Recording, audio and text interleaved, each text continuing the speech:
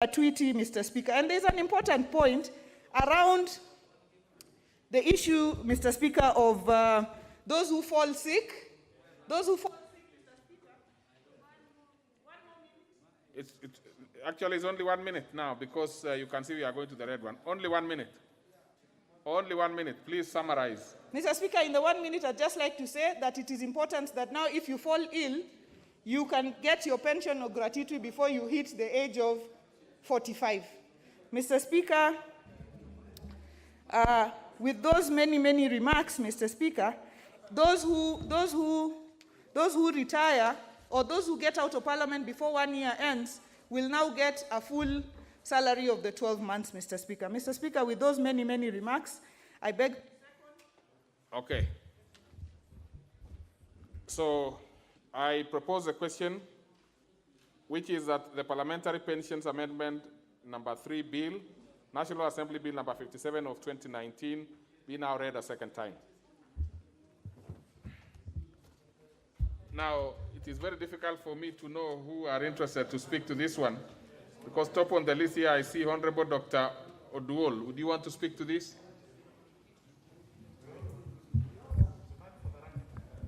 No, okay. Not this one. Not this one. So we'll go to the member for Kitui Central. Yeah, thank you, Honorable Speaker. Honorable Speaker, I want to make my contribution to this important bill. And I really must thank Honorable Mwandime and the Committee on Pensions for this important bill. Honorable Speaker, this bill, in terms of amendment, has actually taken very long, Honorable Speaker. As you can see, Honorable Speaker, we are aligning this bill, this important act, to the new constitution. And the new constitution, Honorable Speaker, is already 10 years old. So it means, Honorable Speaker, really we've been very unfair to the members of Parliament because we are doing this after 10 years. And I really want to challenge us, Honorable Speaker. Honorable Speaker, if you can ask consultations to be done. Kaluma, you know, Honorable Speaker. Really, order. This Kamukunji. Yeah, Honorable Speaker, what I was saying is, some eminent lawyers here. I do not know what some 2 eminent lawyers are doing with a seasoned medical doctor. I do not know, but now we can keep it low. And I see there is even another lawyer again ahead of them. Yeah. I hope, Honorable Speaker, I will not mention their names, but. I have, Honorable Speaker, the few minutes they have taken of mine, they will be able to get additional 1 minute. Honorable Speaker, what I was saying is, I really want to challenge us as honorable members of this House. Because, Mr. Speaker, we have been very quick at aligning other laws to the Constitution. But this particular one, which really touches on our own welfare, it has taken 10 years, Honorable Speaker. So I really think it is timely that it has come. We are going to debate it. But there are two things, Honorable Speaker, which is important. The issue of the SRC involvement, Honorable Speaker. Honorable Speaker, I want to remind you, because I know we served with you during the 11th Parliament. If you look at the Kenya Gazette of 2013, which really listed benefits to the members of Parliament, there was the issue of the grant of that 1%, Honorable Speaker. And Honorable Speaker, it was saying, after you serve your full time of 5 years, you'll be entitled to earn 35% of your basic salary as gratuity. Honorable Speaker, I want to go on record that members who came back for the second term did not get that money. And I really picked this matter with the Speaker. We had several discussions with Treasury, and I'm still convinced, Honorable Speaker, even as we debate this bill, that was being unfair to the members of Parliament who managed to come for the second term. So that's a matter we really need to discuss as we discuss this bill. The other matter, Honorable Speaker, is the issue of this pension being contributory, Honorable Speaker. It means as a member, you contribute and then government also contributes. Currently, a member contributes 12.5%, government contributes 25%. But the thing is, Honorable Speaker, if really you have been contributing for 5 years, and the government has been contributing for you 25%, then the issue is when you are out of Parliament, you should be able to be paid your money. And I like the idea of changing so that you get it at 45, although as an economist and also a financial person, there are also risks associated with getting your pension too early. because pension is supposed to take care of your old age. So when you get it at 45, Honorable Speaker, unless you are a very good financial manager, then there are challenges. But I just want to imagine that then members will be good financial managers to make sure that by the time they hit 60, then they still have some savings. Because, Honorable Speaker, the truth of the matter is that when the more you continue hanging, Honorable Speaker, issues of health, diseases start attacking you. And you need now your savings to take care of the health issues. And really, if you have exhausted your savings, and then the pension is also not there, then you are likely to have challenges on the Speaker. So I think even as we debate this, because I can see now how many challenges with time, even as we debate this, Honorable Speaker, I think the unfairness in terms of second termers not being paid their gratuity is a matter we cannot let go. And I think it's important to pick this to the Treasury so that those members who manage to come back to Parliament can actually get their money, which is their entitlement. With those remarks, Honorable Speaker, I support the bill. Thank you. So now I want to see the members who want to contribute from this. Honorable Tuitai. Member for Thank you, Speaker, Honorable Speaker, for giving me this opportunity to also stand and say I support the bill. It's very important listening to Honorable Wanga outlining that this particular amendment is towards enriching the pension, the parliamentary pension, which is already on. And I think, as somebody has said, it's very important that if we are contributing, we are having a contributory scheme in this particular case, 12-point-something%, and the government is giving 25%. I think it's also in order that we know that immediately, when any time elections comes, about 70% of the members do not return back to Parliament. And we don't want to go to the case like in the morning, where we were trying to do some sort of mitigation measures to support our members who left between 1994 and 2001, whereby we had to give them some reasonable pension. So I think it is wise that this House, we actually say anybody who has actually served in this House is entitled to a pension, whether you have actually served 1 term or 2 terms. And I see this particular bill, Mr. Speaker, doesn't really address that particular part. I would think the committee should bring an amendment on that so that we actually capture members even who have served 1 term. I know it has an element of saying, oh, maybe we are giving ourselves an additional benefit. But Mr. Speaker, if 70% do not come back to Parliament, what happened to these particular people? They don't even get jobs. They're no longer attractive to the market out there. So these people actually end up actually struggling to make a living. So I want to ask this particular House that let us make sure that this particular amendment involves giving first-timers or first-time or those who serve once in 5 years in the House a decent pension so that they can live and continue their lives, and so that they actually don't go out there and become beggars. And I can see there are so many things which are trying to align here, including giving powers to Parliamentary Service Commission to oversee this welfare of the members, including the pension. So I think this particular bill is very good. I like the idea that we welcome more amendments so that we can make sure that it becomes a bill which serves us for a long time. With that, I beg to support.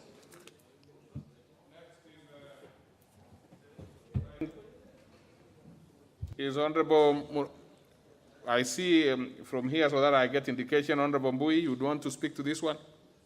Okay. Yeah, thank you, Mr. Speaker, for the opportunity. Mr. Speaker, I also rise to support this Parliamentary Pensions Amendment Act. And Mr. Speaker, I want to begin by saying that we already are under attack as a National Assembly. I've seen it in the media. There's talk about, there's preempting of discussion on this because in the morning we had a similar bill, and the public is already up in arms that this House wants to benefit itself.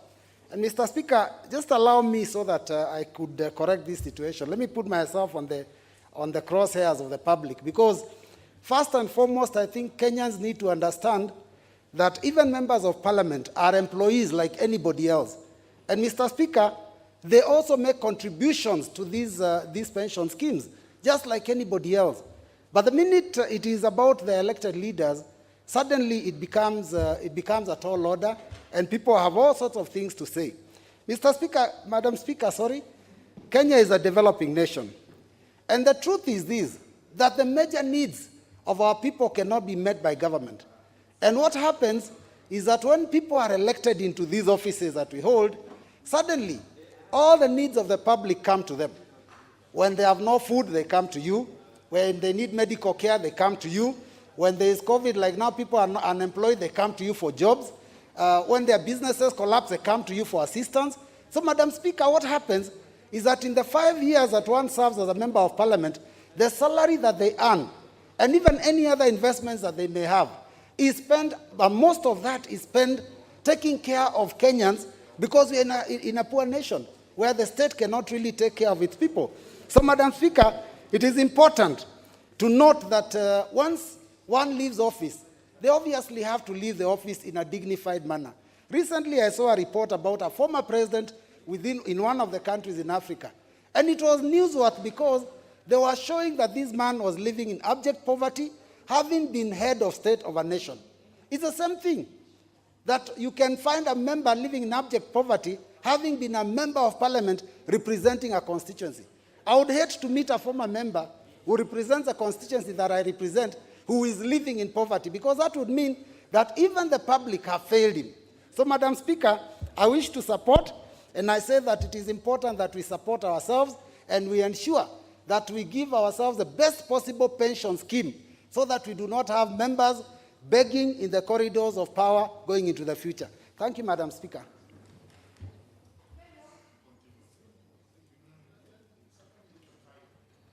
Let me have the member for Emuhaya, the Honorable Milemba Omboko. Okay. Thank you, Honorable Speaker. Yes. Thank you, Honorable Speaker, for this chance. And I think I want to appreciate the motion moved by Mwadime and seconded by Chair Wanga, who seemed to have a lot of information. Just time made her not bring out the real motion the way it was.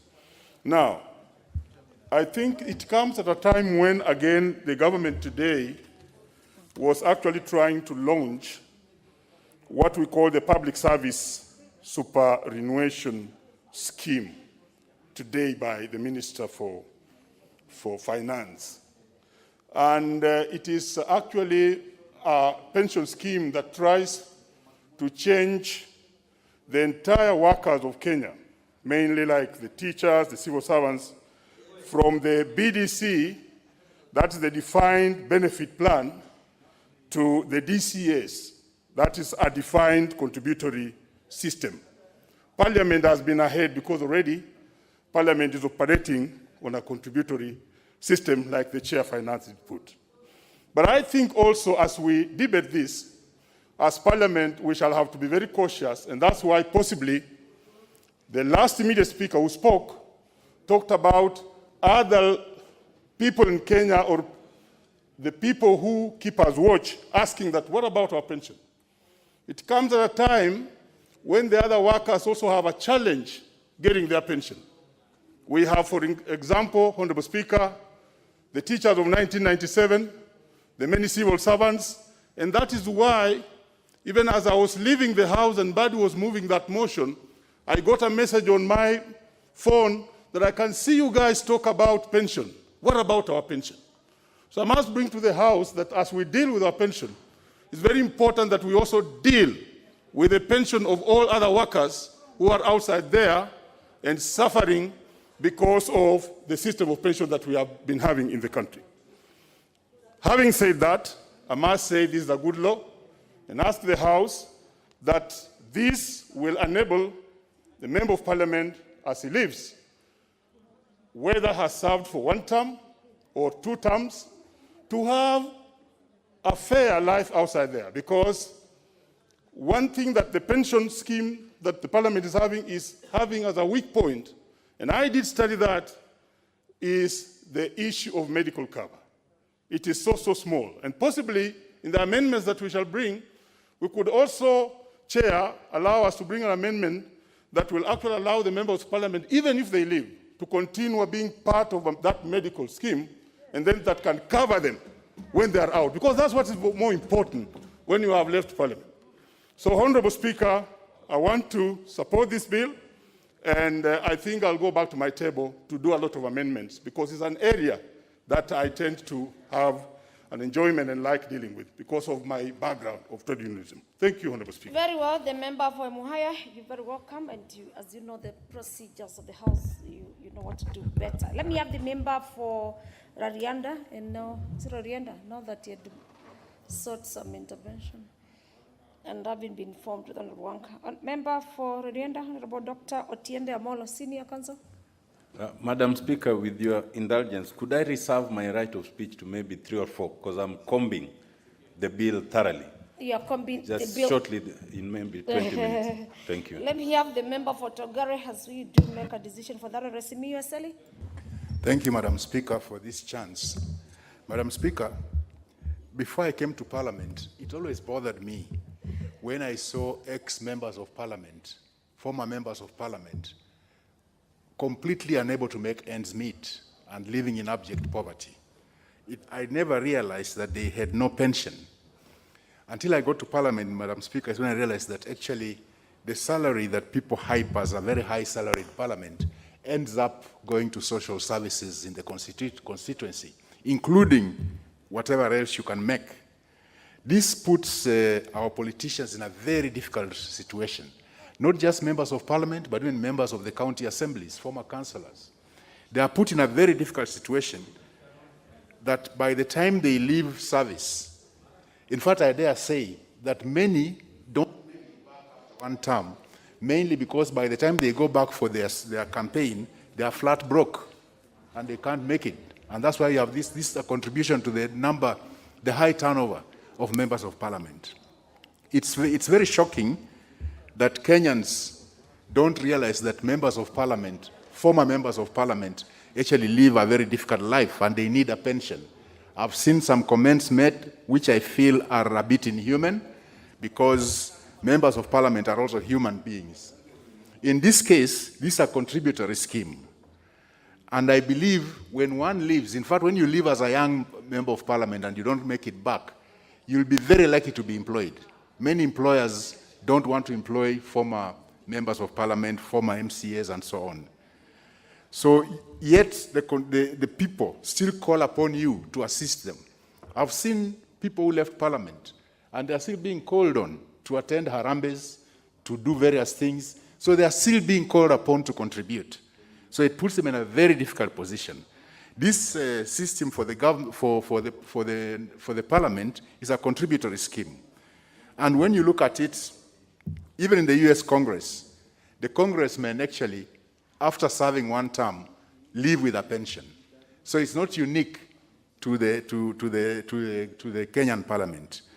But what I would like to look at is, how is this scheme managed? That's what bothers me. Because, Madam Speaker, before I came here, I had occasion to be a lecturer, senior lecturer at the University of Nairobi. And by the time I left, my age could not allow me to be pensionable, but my benefits were there. And the university pension scheme kept on investing that money. By the time they called me for it to transfer to a fund manager, it was quite substantial. But when I look at what we are doing here in Parliament, what we are contributing, 12.5%, and the government contributes 25%, that's a substantial pool of money. I don't think we are managing this money very well to grow it. So that by the time even you leave, your pension should even be much higher than what we are being told it's going to be. So I think the management of that scheme needs to be relooked at. We need to invest that money so that it grows before the member leaves Parliament. So that by the time he leaves, the pension will even be higher because it will have grown even higher. So I think the Pensions Committee needs to relook at the management of these funds so that we grow the money so that people who retire actually get decent income in their retirement. Thank you, Madam Speaker. Very well, with that experience, I'm sure the committee is listening. It's good food for thoughts. Let me have the member nominated, Ole Sankok David. Thank you very much, Honorable Speaker. And from the onset, I start by supporting this bill, Honorable Speaker. Honorable Speaker, it is good for us to put records straight so that Kenyans should actually understand that this is not anything to do with greed. It is the issue of state officers, who include members of parliament, who are entitled to a pension. And the pension scheme that they are entitled to is that they contribute. It is not free money, it is a contributory pension scheme. Honorable Speaker, it is sometimes it's pathetic to see the responses and what we are branded as members of parliament. And to be a member of parliament in Kenya, it is quite too expensive. And some of this expensive lifestyle is actually contributed by the same citizen who question anything that is earned by members of parliament. Honorable Speaker, and when they are fundraising, you will never hear any citizen of this country inviting a DEO, a county commissioner, a permanent principal secretary, a cabinet secretary. They run to their elected leaders, Honorable Speaker. Honorable Speaker, sometimes some of us who are nominated members who don't even have any kitty in terms of maybe CDF or any form of fund, Honorable Speaker, we go into our pocket to make sure that, Honorable Speaker, we try to assist those whom we represent. Honorable Speaker, I represent one of the largest constituencies. That is 6 million Kenyans with disability, Honorable Speaker. Honorable Speaker, and sometimes they come even to my home, some of them crawling because of lack of wheelchairs, Honorable Speaker. And I don't have any kitty. I have to go into my pocket, sometimes even not from my salary, because my salary could have been finished by that time, Honorable Speaker. I go to my life savings from my profession, from my businesses, to try and assist them, Honorable Speaker, because I cannot allow somebody who crawl into my compound to crawl out. I have to assist, Honorable Speaker. Honorable Speaker, that is why in 2022 I'm retiring from politics. It is too expensive to be in this house. It is too difficult, Honorable Speaker, and you have branded so many names, including MP, Honorable Speaker. Honorable Speaker, this is our workstation. We are here on Tuesday, Wednesday, and Thursday. And on Monday and Friday, we are in committee work. Honorable Speaker, I'm not a lawyer. I did not train as a lawyer. Order. Honorable member nominated Ola Sankok David. There is an intervention by the member for Mavoko. If I'm saying well, the member for Mavoko is an intervention. Kingola Makau. No, Madam Speaker, I was just trying to catch your eye. I want to contribute. You want to contribute, then you are on the wrong order, Honorable Kaluma. You know, I thought that is a new way of intervention. Please, your phone is interrupting the business of the House. Very well. Thank you. Honorable Sanko, carry on. Honorable Speaker, the honorable member from Mavoko have all the rights to attract your eyes, Honorable Speaker, and catch your eyes. It is not... anyway, let me go on. Honorable Speaker, so as I was saying, Honorable Speaker, we are here on Tuesday, Wednesday, and Thursday because this is our workstation. On Monday and on Friday, we have committee work. Honorable Speaker, I did not train as a lawyer. So I have on weekends to research and to study law so that when I come to this house, I'm able to contribute, Honorable Speaker, and be able to be sensible, Honorable Speaker. Honorable Speaker, so therefore, we work 7 days a week, 24 hours a day, and we also work 365 days in a year, Honorable Speaker. And we work with zeal, passion, and we give all our best, Honorable Speaker. Honorable Speaker, why should I not be given what is entitled to me, Honorable Speaker? What I have contributed, Honorable Speaker? Why should Kenya not question those cabinet secretary, principal secretaries, driving fuel guzzlers, having drivers paid by the government, having cars fueled by the government, having several bodyguards, Honorable Speaker.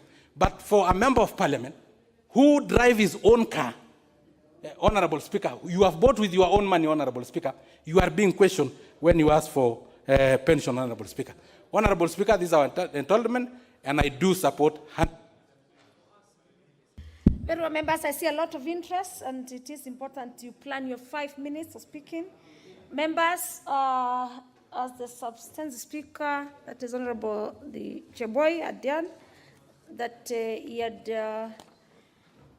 given the leeway that we do allow the Honorable Rachel Nyamai, MP, to give a notice of motion on the report of the Committee on Petition.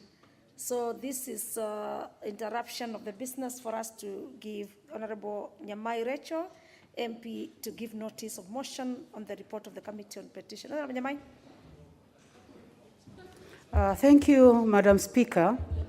Honorable Speaker, I beg to give a notice of motion that this House adopts the report of the Departmental Committee on Lands on its consideration of the petition on the alleged invasion of LR number 5875/2 in Roysambu constituency by the Kenya Defence Forces, laid on the table of the House on Thursday, 2nd July 2020. Thank you, Madam Speaker. Very well noted and quite in order. Order, members, order. Honorable Kaluma, order. It is important for the members to know this was a notice of motion that was given by the Honorable Rachel. Back to the debate. Very well, give the member for Tharaka before the leader of minority. Thank you, Madam Speaker. Madam Speaker, I rise to support this motion by the Honorable Mwandime, which seeks to review or make amendments to the Parliamentary Pensions Act and the provisions under that act so as to deal with the retirement benefits of members of this House. I have keenly listened to Honorable Mwandime and the second Honorable Gladys Wanga, and I'm in full agreement that it is vitally important that this House looks at the various provisions of the Parliamentary Pensions Act with a view to streamlining them and bring them to accord with our Constitution. Important to say we are 10 years down the line and we still have many laws, including this one, which does not comply with our Constitution 2010. Most importantly, I have actually observed the lives of former members of parliament in the constituencies. And sorry, we are saying it is pathetic. Members of parliament who founded this house at independence in 1963, and the subsequent ones, living lives in abject poverty, moving around begging in the villages, and this is a disgrace. Absolute disgrace.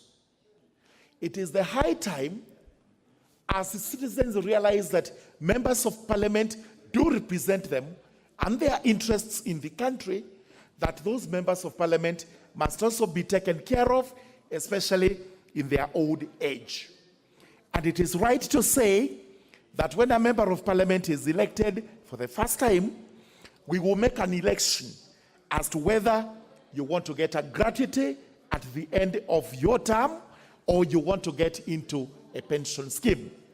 But we must also encourage the pension scheme because it is more durable. It is more taking care of our members, especially during old age. Having done this, and I urge the members to pass this bill with the necessary amendments that we are going to make, we also have other Kenyans who are looking at us and who are saying, look at those greedy members of parliament talking about their own pensions and not thinking about us. And those people, those claimants, are former councillors. Because we have also had councillors who have served in this country, in the wards, diligently for many years, but nobody seems to care about them, and especially the exchequer, the treasury. Because every time this is brought up, you are told there is no money. This house should now move in to enact a law that is going to take care of our former councillors, because this is important. And as we do so, I remind this house that in the year 2018, we did pass a law where we said the basic administrators in any government are the village elders. And we passed a motion that the government should consider remunerating village administrators. These are also looking at us. They are saying, look at them again. They are talking about themselves and not talking about us. So since the government failed to implement a motion of this House, we are now possibly going to move into an act of parliament where we will also get village elders having their own act on their own remuneration. Therefore, as we pass this law, let us also think about the other claimants out there who are entitled to a decent living, who are entitled to some stipend or some remuneration of some sort, which they are not getting. Madam Speaker, with those remarks, I beg to support. You beg to support the leader of majority. Your priority in speaking. I don't know whether you're ready. Leader of majority and always leader of minority, always our priority. Thank you, Madam Speaker. Honorable Speaker, I rise to support this bill and thank our Committee on Pensions and Honorable Mwadime for bringing it, first of all, to align the bill, the current act, to the requirements of the new constitution. The current act, I believe it's Cap 196, still talks of National Assembly and actually ignores there's a Senate. So by first of all, trying to align that's a major advancement to make sure that at least we are talking of Parliament rather than National Assembly. The second thing is obviously the issue of members making a deliberate choice. And let me say at the outset, because I know I heard it from Honorable Eseli when he kind of said, compared with the university pension scheme. There are two pension scheme models. There's a defined contribution scheme where it's defined how much you contribute. And the money is then invested with fund managers and all that. And what you actually get at the end is based on your contribution plus the growth plus the risks. You could get less or more. On the other hand, there's a defined benefit scheme where your benefits are defined upfront, that when you retire, this is what you'll get per month. And then the contributions are worked backwards to guarantee you that. Now, Parliament opted for a defined benefit scheme. So let's not give our parliamentary pension committee a lot of work, a lot of panadols to take and headache as they try to crank up the figures you get as a benefit. Because we opted for a defined benefit scheme. It doesn't matter how much is invested. In fact, they don't invest. It's part of the money is put through the consolidated fund, and you're paid a defined benefit on retirement. So, given our situation, then what this is opening up is saying members can opt for that defined benefit for life when you retire, subject to obviously doing the 2 terms and meeting the 45-year rule, or you could decide you want your money upfront because you're a better manager for yourself than what the consolidated fund can do for you, and gives you that opportunity. But you must make that decision upfront so that you don't wait until 5 years, then you say, I would rather have the gratuity rather than the monthly, because so the pension managers need to plan. So it gives that flexibility, and I think that's a positive thing. And I would like to urge members to just be careful that the 126,000 may look small, but it comes in handy when you're out there.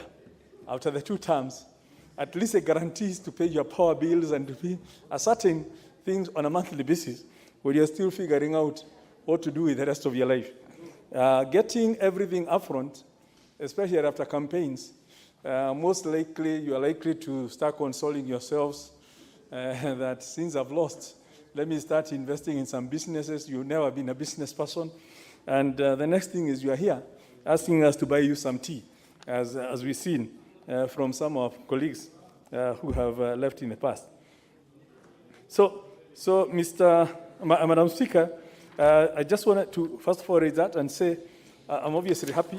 Then, within this bill, there's now a provision for early exits within, if you don't hit the 10-year threshold, either for sickness or for some other reason, it provides that exit, which was not there in CAP 196. So that's a good thing, and we support that. And also the provision for allowing for payments to widows or widowers should a member pass away, because it's your money, it's your defined benefit. And it should not die with your death. You still have the responsibility to your spouse, and they should continue being supported or cushioned with your pension, which is now provided for in this bill.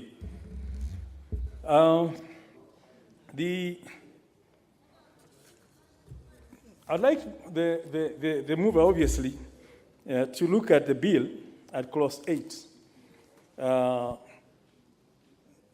In, I think, section 4, when it talks of if the payment of gratuity to a member under this section, he has to pay contributions, the member may, if he also desires, repay all gratuity to the member and interest on the gratuity at the rate of. There's something missing. Yeah, it does not say at the rate of within a period.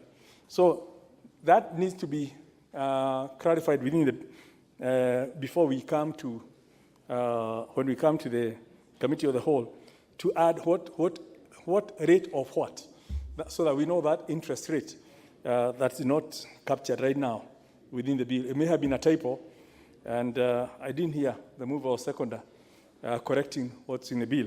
And I hope Honorable Tieno Molo has also picked it up with his that are coming. But I come quickly, and I realized there was something missing. There's a rate quoted, but is not actually stated. And we need to have that included within the bill for completeness. Madam Speaker, again, most of this bill is about compliance with the Constitution, it's about aligning. So a number of these clauses basically change, include Parliament, change National Assembly to this, change to this. But the fundamental clauses is really what I was happy about, that yes, let's allow members that choice to either get a gratuity or a pension. But I would advise members that the pension is always better than a gratuity. The lump sum is good if you're a good financial manager, but most of us are not. And hence, unless you want to pay Honorable Badi and myself to help you with what to do with that money, I'd rather you keep it and enjoy the pension into the long term. Between 45 and the time you pass on at 90-something, if you aggregate that money, it's actually quite something when you compare with how much you only have put in during the 10 years. So, Madam Speaker, I don't want to necessarily spend all the rest of my time. I would wish to stop there, and I beg to support. You beg to support. I'm sure the chairperson, or the one of the bill has been moving it, has had some very important comments. Honorable Wanga, the seconder, is also in the house. And now I give the leader of minority, the Honorable Banti, was also priority in speaking in Parliament. Thank you, Madam Speaker. Madam Speaker, the discussion around the amendments to the parliamentary pension scheme has confused us a lot, but I think we need to understand, as Honorable Wanga said, actually I was watching from my office, that the one that we dealt with in the morning was very restrictive, just dealing with those former members of parliament. Now we are on a totally different bill, which has been ably moved by Honorable Mwadime on behalf of our Parliamentary Pensions Committee. Madam Speaker, I think we need, because you know we are dealing with a country where people like sensationalizing things even without taking time to understand. I've been receiving a lot of calls from the media, and they seem not even to have understood my bill, which was pretty simple. Now, this one will be misunderstood even much more. We need to be very clear and explain these facts so that those who want to hear or those who want to listen may listen and understand exactly what we are doing. Firstly, the way the act is as today, members of the Senate are so disadvantaged. If one wanted to challenge a member of the Senate who would be getting pension after serving 2 terms, it would be problematic because the law talks about National Assembly and not Parliament. So if you are a member of the Senate, it will be a challenge. So I think the correction of the definition, amending the definition to Parliament from National Assembly, is something that is very easy to understand. And that is what one of the things that this bill is trying to do. Number 2, Madam Speaker, and with the benefit of being in this House for a while now, I want to just explain one fact around this amendment, especially on Clause 8. And that is the justice that I want to do to this bill. The others can pick other things. Madam Speaker, when we reported here in 2013, the Salaries and Remuneration Commission decided to write to Parliament and actually gave members of Parliament a gratuity at the rate of 31%. And so that letter is there. SRC has approved that members of Parliament should get gratuity at the rate of 31% of your basic salary. Same to any other public office holder. And that principle is there. Now, where the confusion comes in is that we are in a parliamentary pension scheme, which is guided by law, and the Constitution is clear. You cannot vary pension at the disadvantage of the pensioner. But again, this is a contributory pension scheme, as Honorable Kimunya did mention, the leader of majority. So you cannot give me gratuity, yet I contributed without asking where is my contribution. So we are trying to harmonize these two. That yes, every public officer is entitled to gratuity if you have a defined term of employment, like ours, of 5 years. But yes, again, we are also in an existing pension scheme where we are contributing 12.6% of our salaries every month. So the question we are trying to resolve here should be understood in the context of the fact that Parliament is trying to avoid double awarding of the salary, of this benefit to members. You will see talk out there that probably we are trying to give parliamentarians more. Far from it. In fact, given the fact that SRC had already given members of Parliament gratuity at 31%, we could even insist and demand that we get that and get pension, because it is there. But yes, but now Parliament is trying to clarify it, make it clear that you can only get either or. And that is what this bill is trying to do. So if you get gratuity, then you can only get your contribution to the pension scheme together with interest earned. But now the government's contribution will not come to you. But if you choose to get pension, then you get pension. I think that is what this bill is saying. I wanted to make that matter very clear because I know how sometimes in this country people are lazy when it comes to trying to analyze and understand what is going on. But having said that, Madam Speaker, you see, there is this debate about what happens to members of Parliament who have served 1 term. Madam Speaker, this is a debate that we cannot run away from.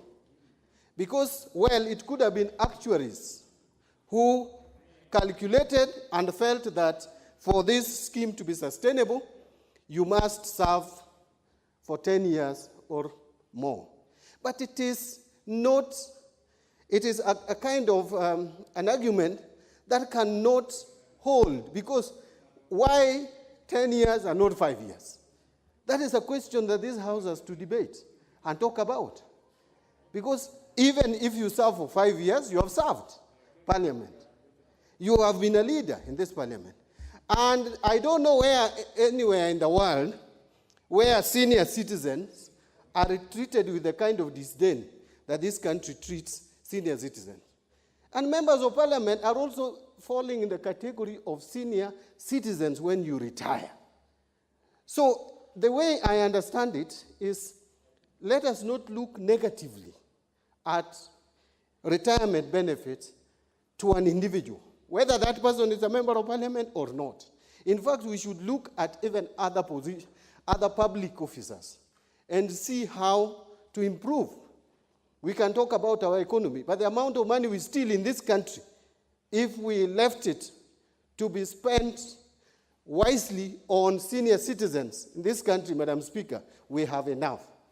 But Madam Speaker, something that I think we have been avoiding, but it is more important than even pension, is the issue of Medicare to people who are retiring. And more particularly, members of Parliament. I am thinking of how we can bring an amendment to this bill, even if you leave out issues of pension, but just think about the medical cover for members who leave the service.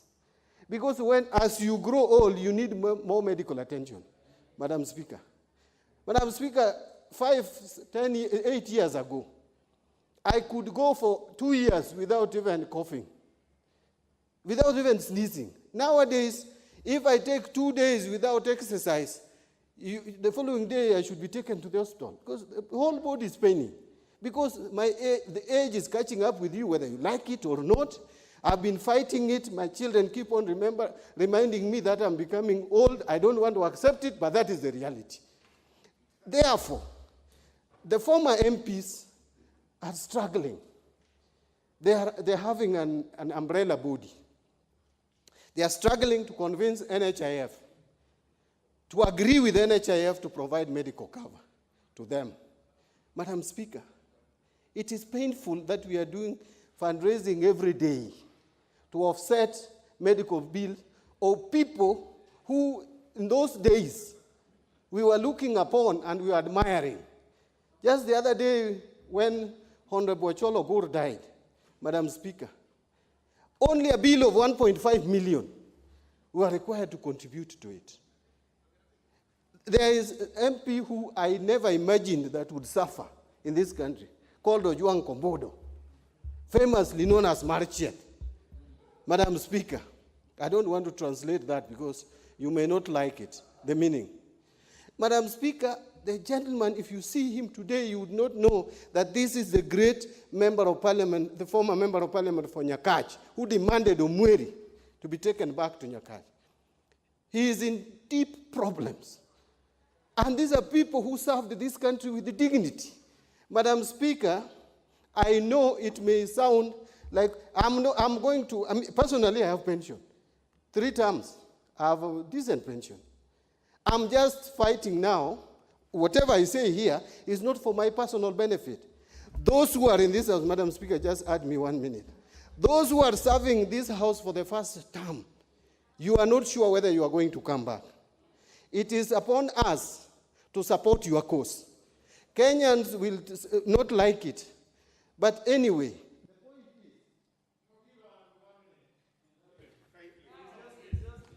Order, Kajwang. You cannot call this the leader of minority. It's a he. And he's wearing a very nice suit. Then I give you 1 minute because of the prayers from the...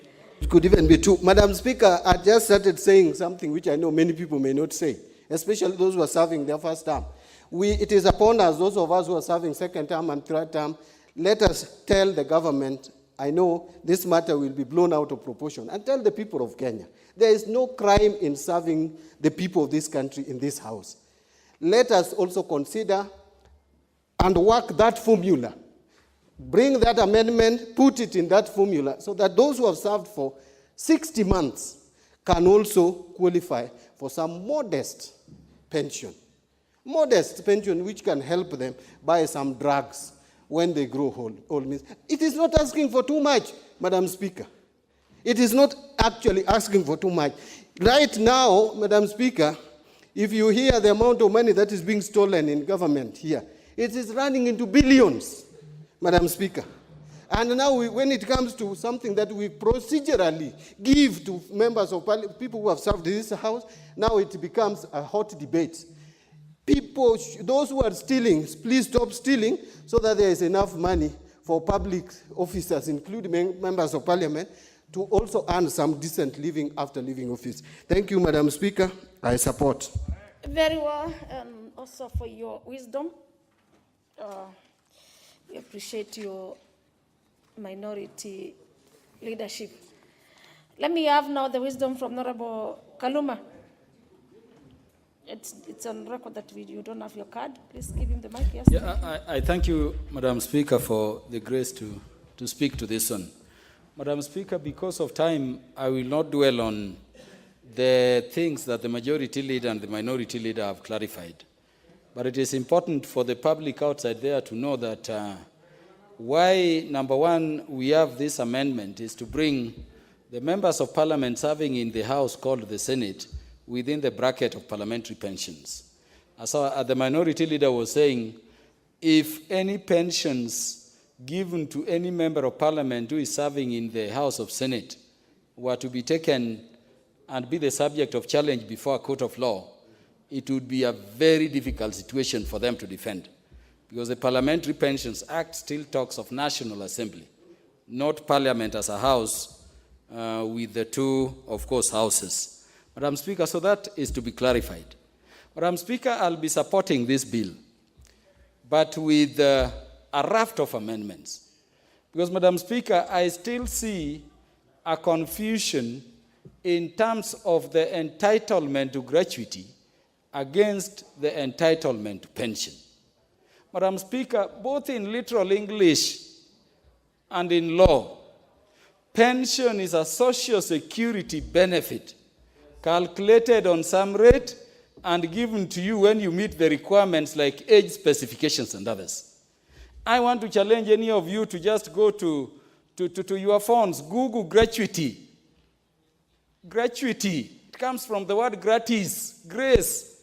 It is a gift in money forms. It is a tip. It is something given to you, and people who qualified for it are people who had served for some specific term. If you look at the law on gratuity, whether you go to the UK, you go to the US, it is a tip for defined areas of service. It is a salutation that you've served in a place of honor, you've served well, we thank you with this. And this is why, Madam Speaker, if you look back at the previous parliaments, the 10th parliament, the 9th parliament, they were getting gratuity at the end of their term. And those who qualified for pensions are also getting those pensions today. So I have a problem, and Honorable Mbadi, our minority leader, is confirming he got. So my problem with this bill is that it is seeking to merge two labor-based entitlements which are separate and go to deal with different things. Social security is not a thank you for having served in a house. And that is something I think our parliamentary, the team which has brought this bill, assisted by Honorable Mwadime, Honorable Wanga and others, must help us define. Let us not treat this too. Madam Speaker, if you looked at the Gazette notice, which defined the terms of service when we came in 2013, again, the 31% gratuity is available to all public servants in the executive. It is available to all public servants in the judiciary, and to date they're the same. It is available to all commissioners and independent office holders. It is still available in our Gazette notice. And Madam Speaker, you remember when the Gazette notice affecting Parliament was amendment and all these things were being maliciously removed, members of Parliament went to court through the Parliamentary Service Commission. I thank them for that. And the court nullified that Gazette notice which removed those entitlements. It means the entitlement for gratuity still remains at 31%, as indeed the entitlement for pension under the Parliamentary Pensions Act. So it would be a mistake for me to merge the two. And I think it is something we are going to propose to look at, because they deal with separate things. And that being so, Madam Speaker, it means even for the 11th Parliament, I'm one person who never shies away from the law and the truth. We are entitled to gratuity, those of us who are in this Parliament who are continuing, which we've not been given. And I'm one person, whether people like it or not, I'll be instituting even my own action to seek my gratuity, because it was a gazetted entitlement and it is lawful. Madam Speaker, two things have been said by the majority leader and the minority leader, which we also need to look at. Can we expand or define where we are going to apply, whether it is gratuity or pensions? It is very sad when you see a person who has served this house making very great contributions to bills we refer to, barely unable to treat himself.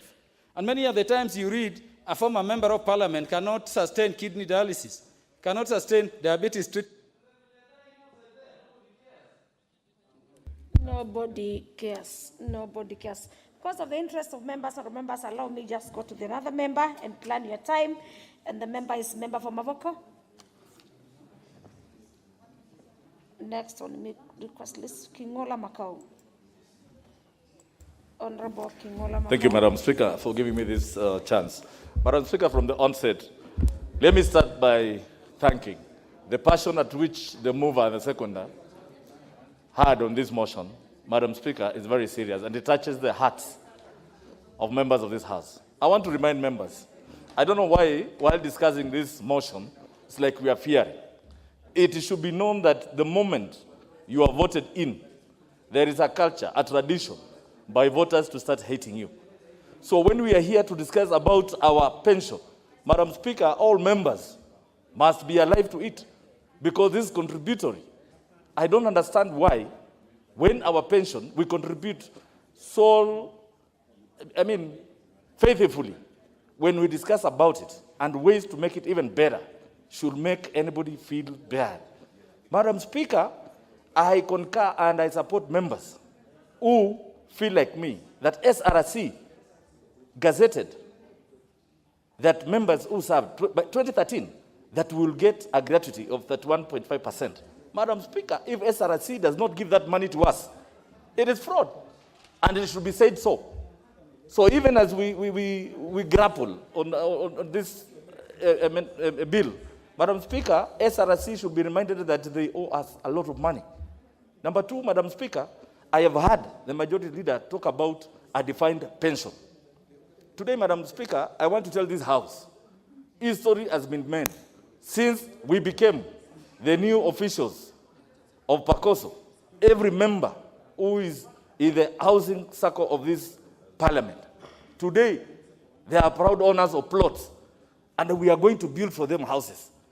Madam Speaker, it is very painful for a member of parliament to be poor and is once a high-ranking person in this country. I want to encourage members who are not members of PACOSO to join immediately, because you don't know tomorrow if you can't save there. Today, members who are members of the housing circle now can smile all the way. They have plots which we bought for only 1 million, and now they are going for 3 million. By the time you leave here, that plot will be about 5 million. What am I saying? Yes, Parliament agreed that we have a defined pension. But if we go the way of Honorable said, the pension scheme, and I can see Honorable Wanga here, why can't we even think of trying to invest this money so that the way PACOSO is paying you dividends every year, and we are making you invest even better with your shares? Madam Speaker, we should also start thinking. We are investors here. I don't see why we should keep on hanging on the 106,000. Madam Speaker, we can engage the pension scheme here. They start investing so that members, the contributors, can have more money in future. They have the risk, they have the return. We cannot keep on hanging here because of that money, yet our money is sitting somewhere in the bank. Honorable Macau, you have 1.5 minutes, but there's some points of intervention, which I'll reserve your minutes from the member for, no, she has to move, Obara Akinyi.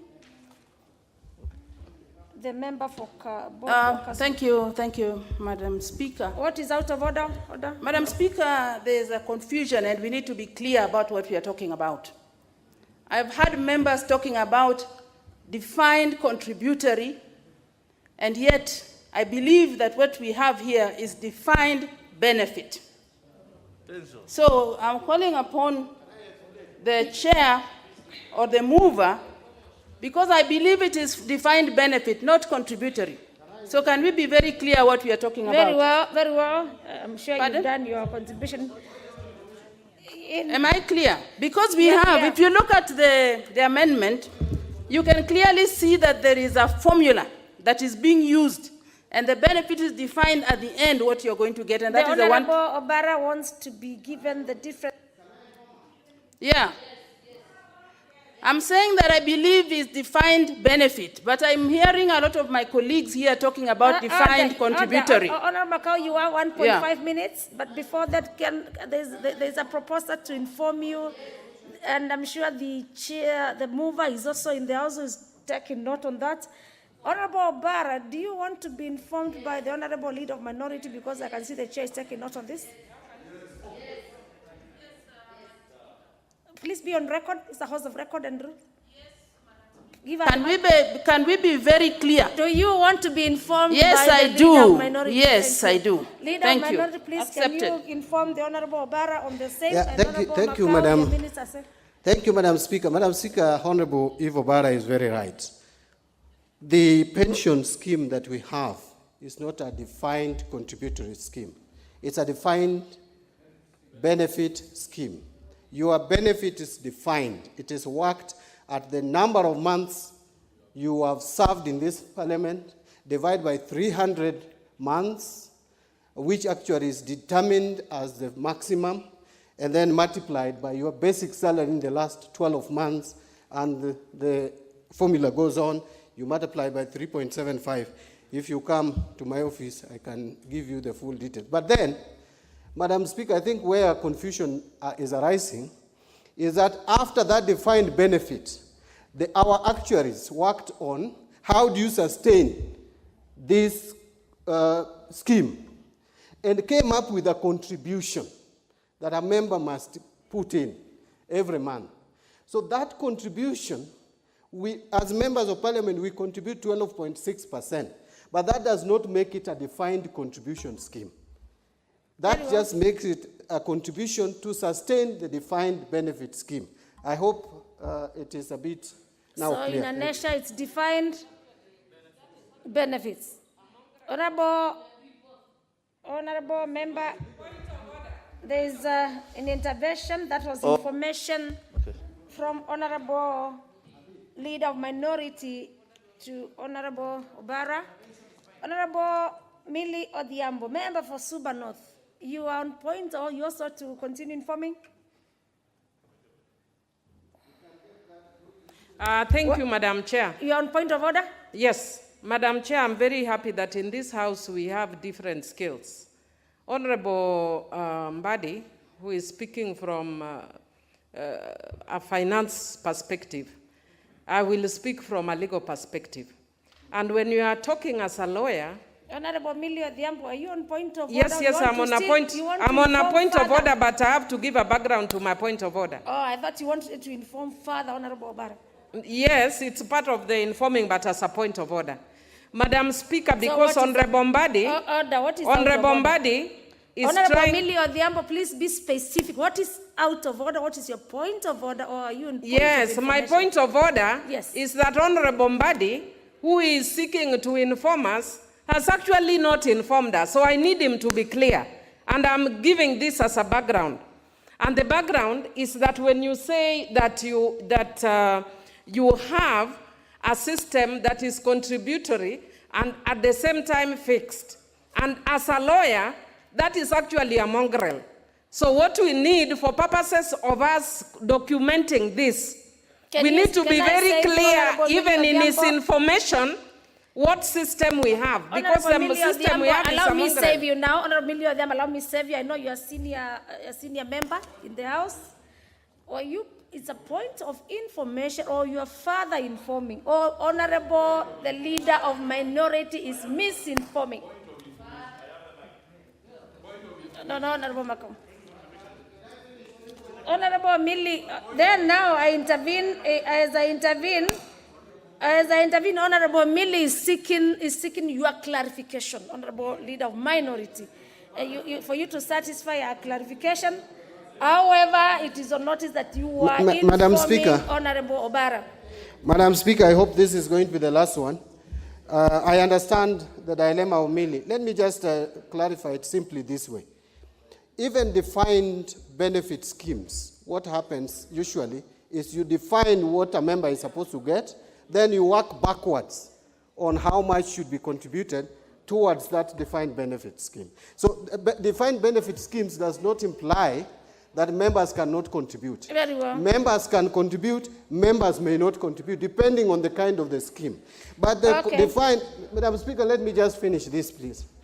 But defined contributory scheme is where you define what a member is supposed to contribute, and based on that, now you work on how much that would generate to be given as pension. Very well. So you are starting from contribution to benefit. The other one, you work from benefit backwards. Thank you, I Leader hope of it Minority. makes You some already sense. did your contribution. Please, you are just informing the Honorable Member for Bara. I'm sure you've heard Honorable Millie, but Honorable Millie, knowing the procedure of the House, she still have a chance to say and either inform another member. So with that information to Honorable Bara, I give back now, and the House also is informed.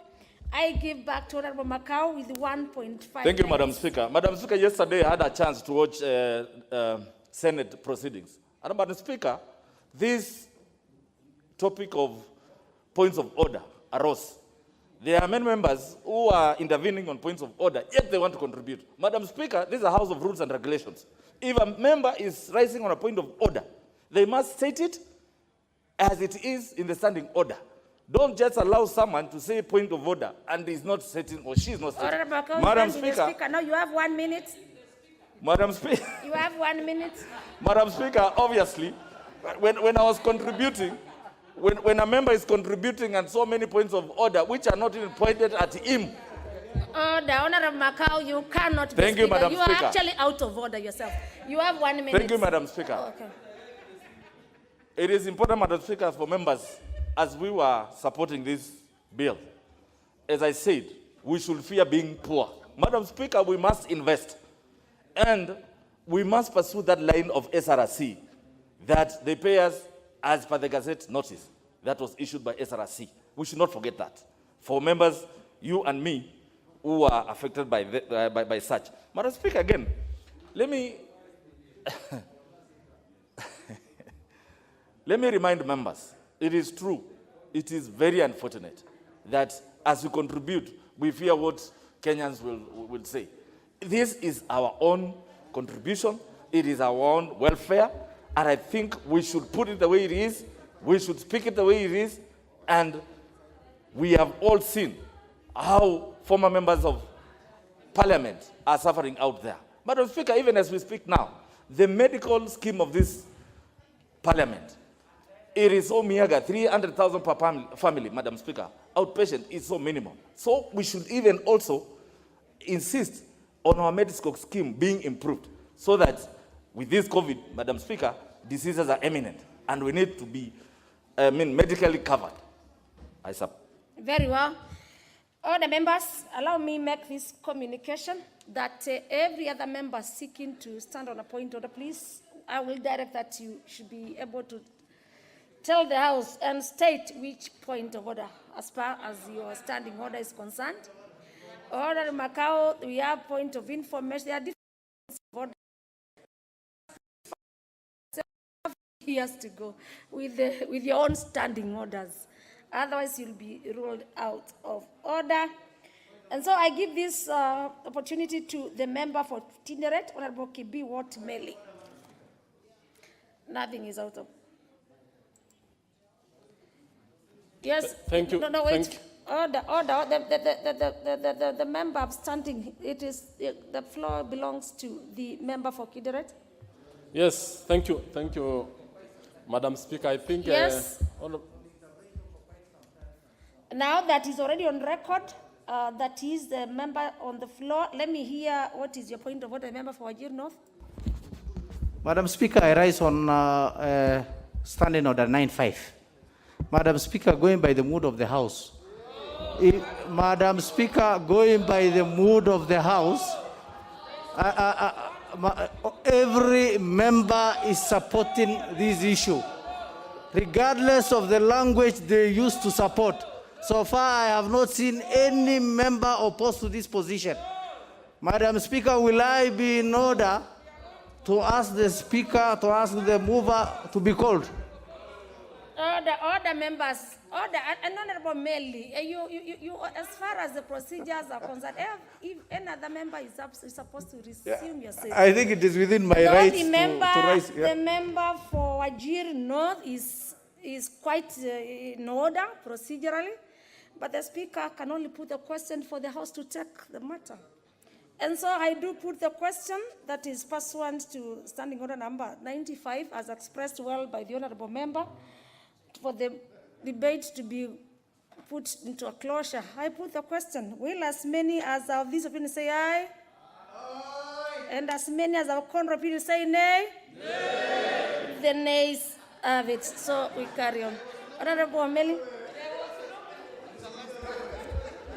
Thank you, Madam Speaker. I rise to support this bill, and I want to say that, honourable members, I think today this House has done a lot of justice to former members and the current members, especially in the two bills that we dealt with in the morning. Honourable members, if I just want to say this, Madam Speaker, that the bill that, especially the parliamentary pension bill that is before this House, is doing a lot of justice, especially on members' retirement benefits. As members have just put it, the bill that we discussed in the morning discussed mainly on issues that affected former members. It is in this House that, even within the presence of this building, in this Parliament, we've seen retired members who are actually working or living in a life of hand to mouth. Many of them cannot even afford medical bills. They cannot even afford their own basic needs, like rent, fare, and many others. So today, I think this House will go down, the total Parliament will go down, as having been considerate, especially of the former members who served in the 80s, 90s, and up to very recently. On this other bill, Madam Speaker and members, the Pensions Committee, I think, has done a good job. However, there is only need to have this bill be very clear. It should be very clear, especially on the two terms that I've seen the Honorable Leader of Minority and the other legal experts in this House trying to actually come out with a very clear pension scheme that is either contributory and one that is going to be earned as a result of the organization paying, that is the Kenya National Assembly. But if you look at the two bills, this bill is very important because after every member leaves this House, and it is common to all Kenyans, that every member of Parliament is also a social security individual. He is a moving social security individual.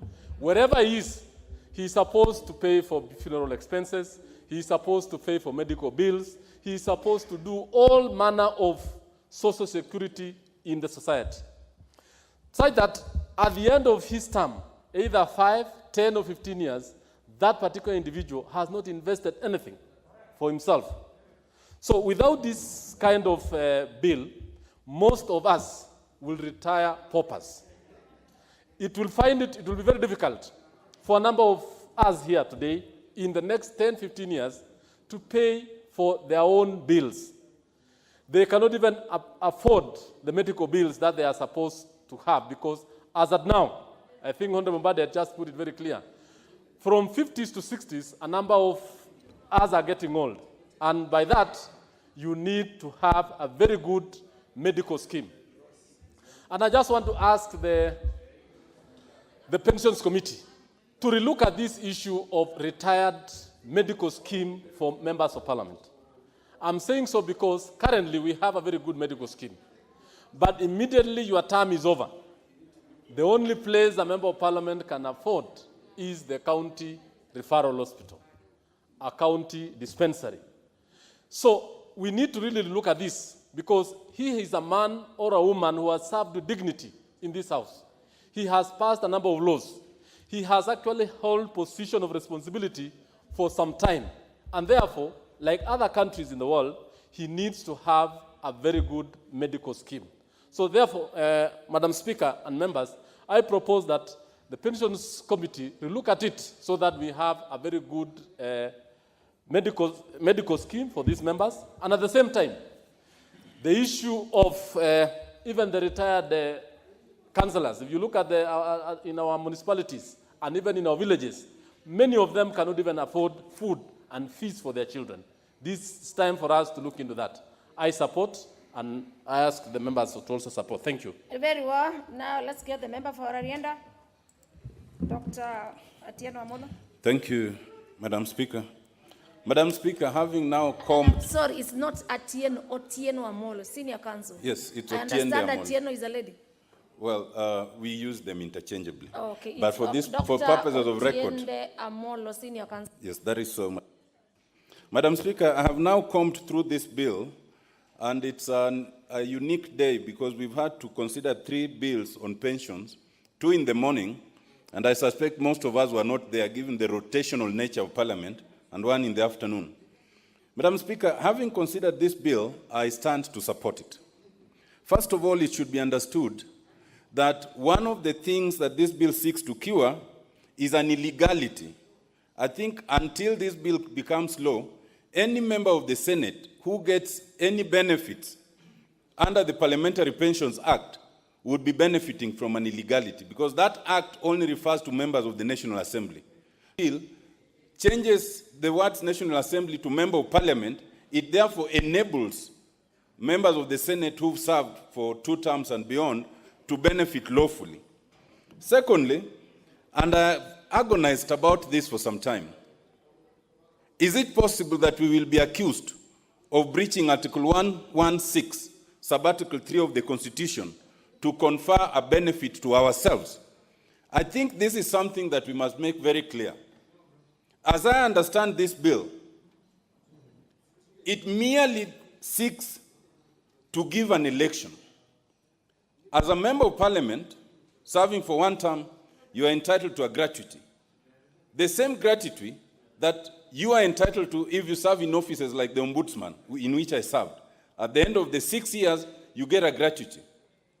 But this bill seeks to give you the opportunity to make an election between a one-off gratuity and a delayed pension spread over time. To that extent, not only is it not necessarily a financial burden, it is not a benefit, it is a conversion. And it is very important that we get the terminology right. Speaking to what the leader of minority was talking about, whether it's a defined benefit scheme or a defined contributory scheme, I would urge that we adopt the word defined contributory scheme. Because if you adopt the word defined benefit scheme, you already fall into the trap of saying you are conferring a benefit on yourselves. That is not something we need to go into. Let us be clear that we are making this an election. Instead of the one-off gratuity, we are spreading it into a pension. And for that reason, it is not anything that would contradict Article 116. Madam Speaker, under Article 116, it is a direct pecuniary interest that we are barred from conferring on ourselves. And if we do, then it can only take effect after the next election. Where it's a conversion, where you are voluntarily determining that instead of getting a gratuity, let us spread it over to a pension. It does not offend Article 116. Is it an issue of conflict of interest? Of course not, because first of all, we are covering former members of parliament who are not here to speak for themselves. Secondly, we are covering senators who are not in the National Assembly. But lastly, it's a matter of necessity, because only parliament can make law. As long as you are dealing with any law on gratuity on pension, we can't take it to the cabinet to pass it. We can't take it to anyone else. We must make it here ourselves. Indeed, Madam Speaker, I think that this bill also seeks to cure an abnormality, a discriminatory abnormality, that if you have served as a member of parliament for 2 terms and beyond, then you are entitled to a pension. I believe it's 300,000 or something. But if you serve for 1 term, you are not entitled to any such thing. It does not make sense. I believe that it is okay if you serve for 1 term to be entitled to a pension pro rata. If you've served for 2 terms and more, you get more, that is fine. But if you serve for only 1 term, get what is due to you pro rata. There's nothing illegal about that. It is all very rational. In closing, 2 issues though. I think the mover will have to look into 2 things. One is the question of transition. From when does this take effect? Does it mean that if it becomes law, then all of us make that election now as if we had made it at the beginning of our term? Or does it take effect in 2022? Secondly, in Section 9, that seeks to amend Section 8(1)(b), it is Section 8(1)(b) that talks of 2 terms. But in this bill, this motion, they only seek to delete Section 9A and not Section 8(1)(a) and not Section 8(1)(b). If you don't delete Section 8(1)(b), then you are speaking in vain. Thank you. The member for Kiamba, Koinange Paul, Honorable. Yeah, no. thank you. Thank you, Madam Speaker. I really want to congratulate Mwadime for the bill. And I know there's a lot of courage to do that, because I know there are very many people out there who are really opposed, especially the media, both mainstream and social media. Madam Speaker, I have only a few things to say, and one of them, Madam Speaker, as I support this bill, it is actually to note that even in other countries like the US and the UK and Canada, they have a similar program for their parliamentarians. So this is good, Madam Speaker. And Madam Speaker, something which I think you need to guide us, it is worth noting that there are currently 3 amendment bills under consideration in the National Assembly, basically addressing more or less that same subject matter. They include this bill by the Honorable Andrew Mwadime, MP, namely the Parliamentary Pension Amendment Bill number 3, and also National Bill number 57 of 2019, the second one by Honorable John Bundy, MP, namely the Parliamentary Pension Amendment Bill, National Assembly Bill number 45 of 2019, and finally the one by Honorable Wangari Waneki, MP, namely the Parliamentary Pension Amendment Bill number 2, Bill, National Assembly Bill number 56 of 2019. Madam Speaker, I would like to request you to give direction possible to consolidate these 3 bills, to harmonize them, and I think many members have mentioned the same, and you can guide us on that. So if it is possible to consolidate these 3 bills, so harmonize them, and we can come up with a better bill than split 3 bills. Thank you, Madam Speaker. Very well. This is a house of debates, and I'm sure the members are here, and in the event such event can always be communicated officially through the Speaker's office. But for now, we have the bills as they are in the order paper, as we may be debating. The member for, yes, the Nikals Wambura, the member for Seme constituency.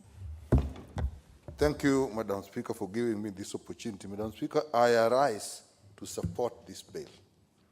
Madam Speaker, What this bill does is really to amend the parliamentary pension scheme so that it's aligned with the Constitution, and two, it is also aligned with the requirement of the Salary Review Commission that actually provided that members of parliament get gratuity, even if they work for they are in parliament for just one term. Mr. Speaker, the further benefits that accrue actually do recognize the special social circumstances of members of parliament. The working conditions of members of parliament are actually unique. And even in labor laws, there are what are called compensable factors. So if your working circumstances are such that you actually spend a lot arising from your own income, that is a compensable factor. If you actually have responsibility, which takes your time, takes your resources, which you'd otherwise use for yourself, that compensable factor should be compensated for. And I think this bill does that. And it does basically three things, about four things, Madam Speaker. One, it allows payment to the first-time members of parliament and provides that this they can take either in gratuity or they can take it as pension.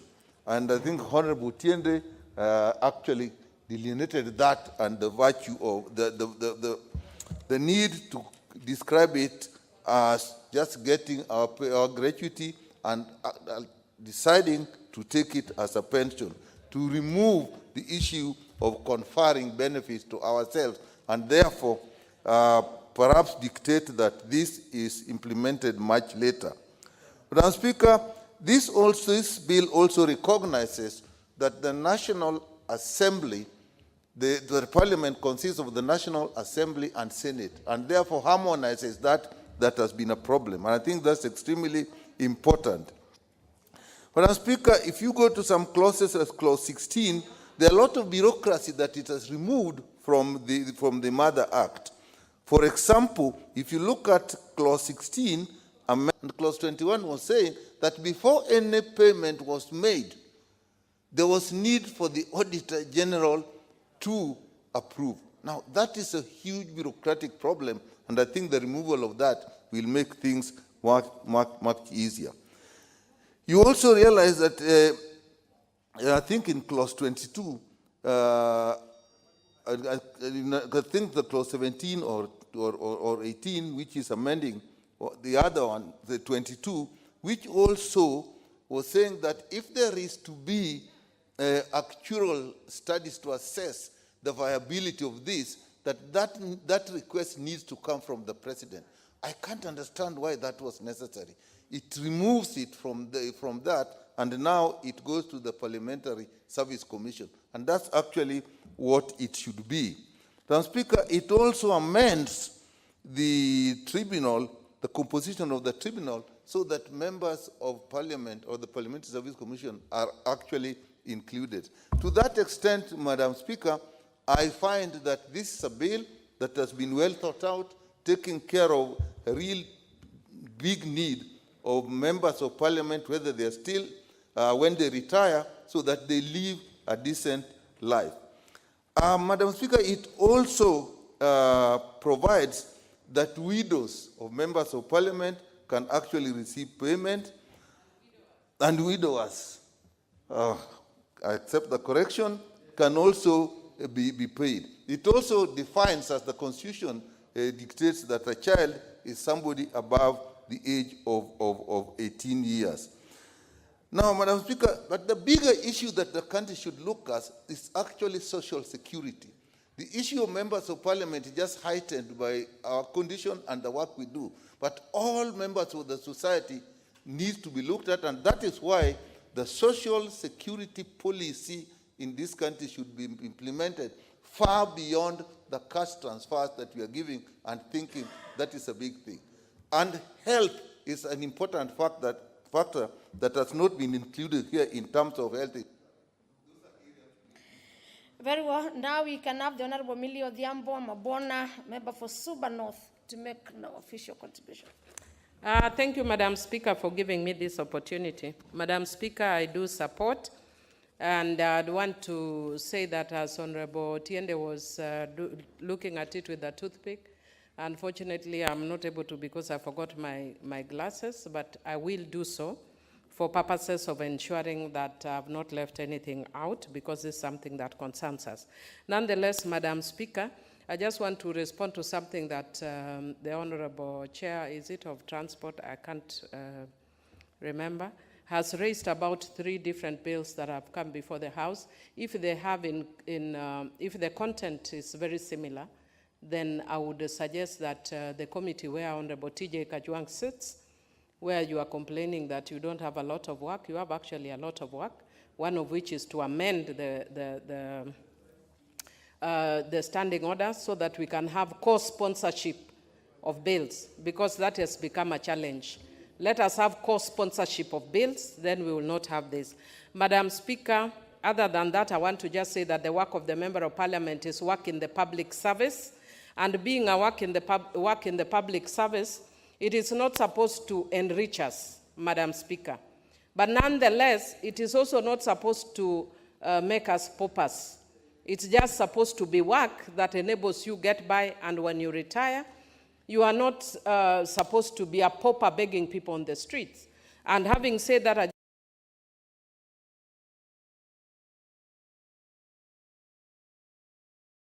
what I would want to encourage other members is, in quote, using this Kiswahili word, tenda wema, nenda zako. It does not matter what you do, people will always complain. Madam Speaker, even as we are speaking now, there is one area in my constituency that was complaining that I have not built the school. So I decided I am bringing 4 classrooms at once. Now, what is their complaint? Why are the materials put in the middle of the school? People will always complain, and if it is not that, they will ask why is there a toilet or non-toilet. So you do your work as a member of Parliament, but be guided by certain principles which I see in this bill, despite not having my eyes. One of the principles that I see why I'm supporting is, 1, the issue of constitutionality. I know Honorable Tiende has raised the issue of Article 1168, which says that we cannot confer direct pecuniary interest until the next elections. So indeed, if we can translate this to mean that there's direct pecuniary interest that is going to be conferred to us, then we must find wording that cannot confer direct pecuniary interest now. But the primary word here is direct. So we will have to actually say whether there's direct pecuniary interest. If there is no direct, then it can be passed and be effective now. Madam Speaker, there's also the issue of equality, if you are talking about principles. And in the principle of equality, National Assembly cannot benefit while Senate is left out. We are all members of Parliament. So we are basically following the principle of equality in the Constitution. The issue of non-discrimination, that I've had a lot of Kenyans always complain when you talk about anything to do with the remuneration of members of Parliament, there's a lot of complaint, yet when you look at officers in the executive that rank pari passu with us, they actually earn much better. Madam Speaker, if you look at what, I don't know what the title, but the ones that are assistant ministers, actually earning better than us. Yet in reality, if you look at the order, and I was actually one of the people who came up with the Constitution, they are not supposed to rank at the same level with us. But they actually earn more, they are given more because of that position. Yet we are the ones who work directly with the public. Madam Speaker, that is why I'm never apologetic, because at the end of the day, I know whatever I get in Parliament and outside goes direct to Suba North. So I have no apologies, Madam Speaker, because my time is almost up. The other issue I want to talk about is that I'm happy on the issue of harmonization with the Children Act, which provides that now it's 18 years, and also includes children of up to 25. Inclusion, Madam Speaker, we need to include former councillors. As I was coming here, Councillor Odio, who is the chair of councillors of Homa Bay, was asking me, Madam Speaker, I'm happy that we have added widows, widowers, and we have removed the issue that was discriminating against unmarried girls. So, Madam Speaker, with those few You support very well for the legal minds. Thank you. Honorable Kajwang, you are top on my list, but because you had walked out for consultation a few minutes ago, you came. But allow me first, as you said, I give it to the member for Kitutu Masaba, Shadrach Mose. Is in the house? Then, yes, you are the next on the request. Thank you, Madam Speaker,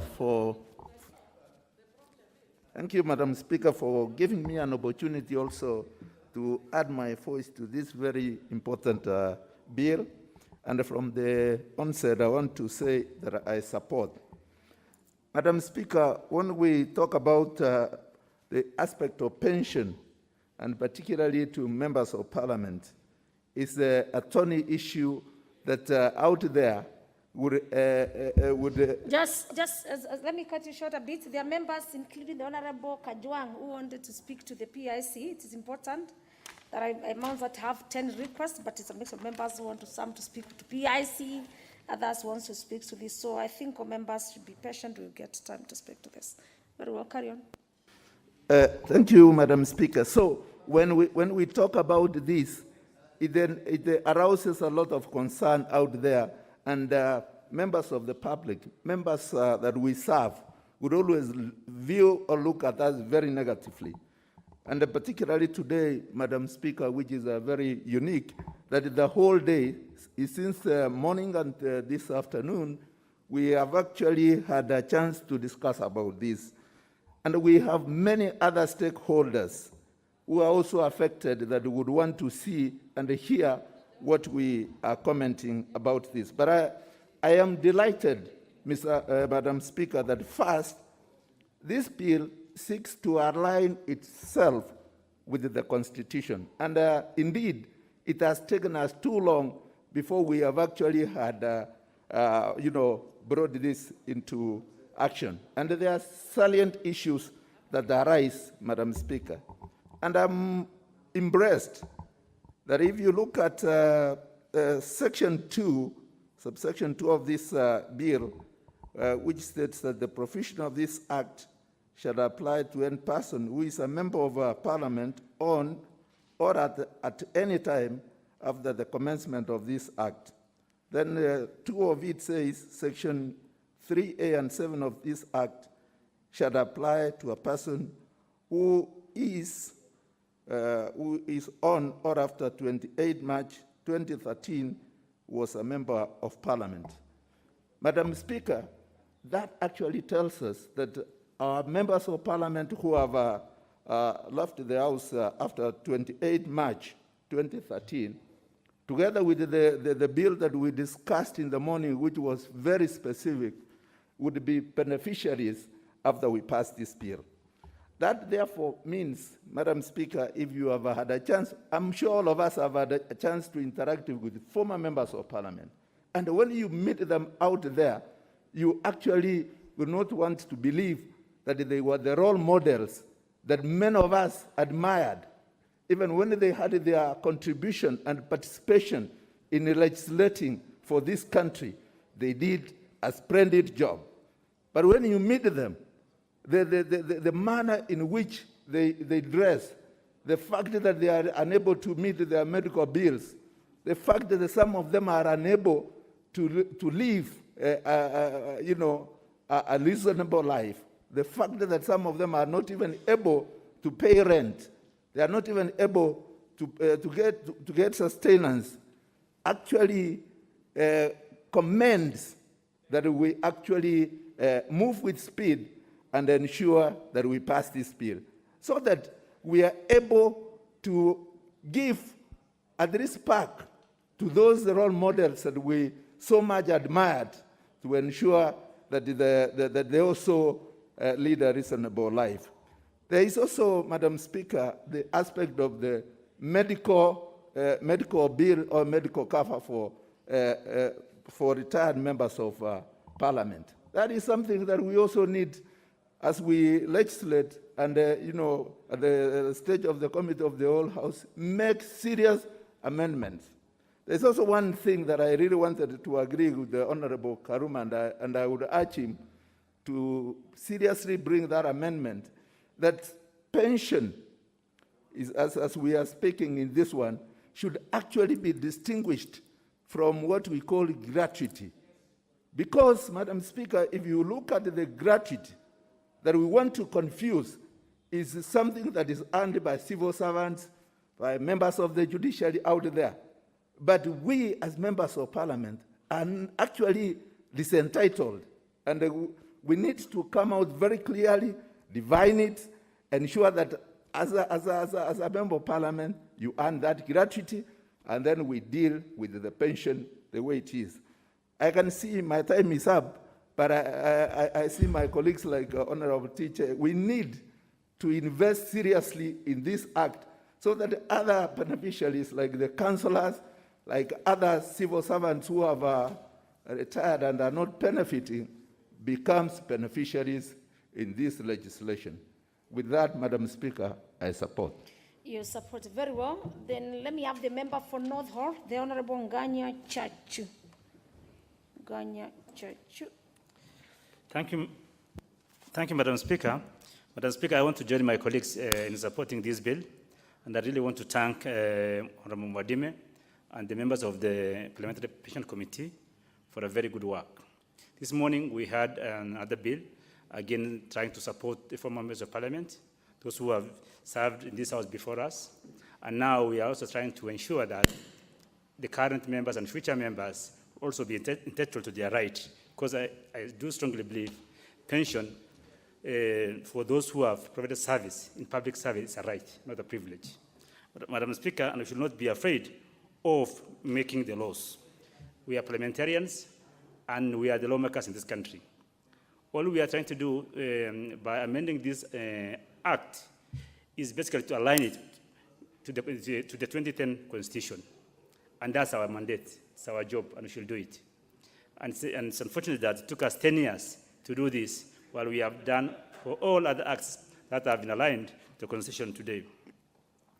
Madam Speaker, I really want to commend Honorable Mbadi this morning for moving for the bill that we passed, because it's only now going for the assent of the President, and I really hope the President will assent to it, and these former members of Parliament, those who have served in that period where they're entitled to a pension, but they're getting very minor, very small amount in terms of pension, will be able to get something decent to support them for the rest of their life. Madam Speaker, I strongly do support this bill in the sense that the members of Parliament who are fortunate to only serve in this House for only one term should be entitled to pension.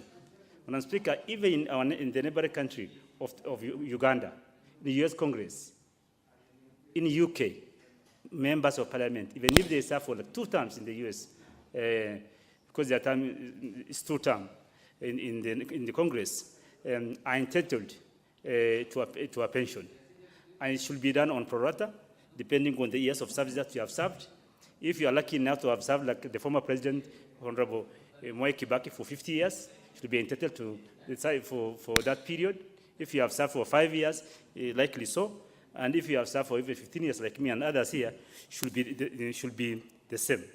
And I really do hope that the committee will actually come with that amendment to enable first-time members of Parliament to benefit is not in this bill as it is now.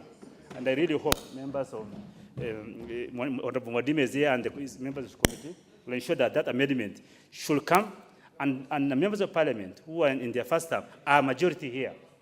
Please stand up for yourself and ensure that we pass that.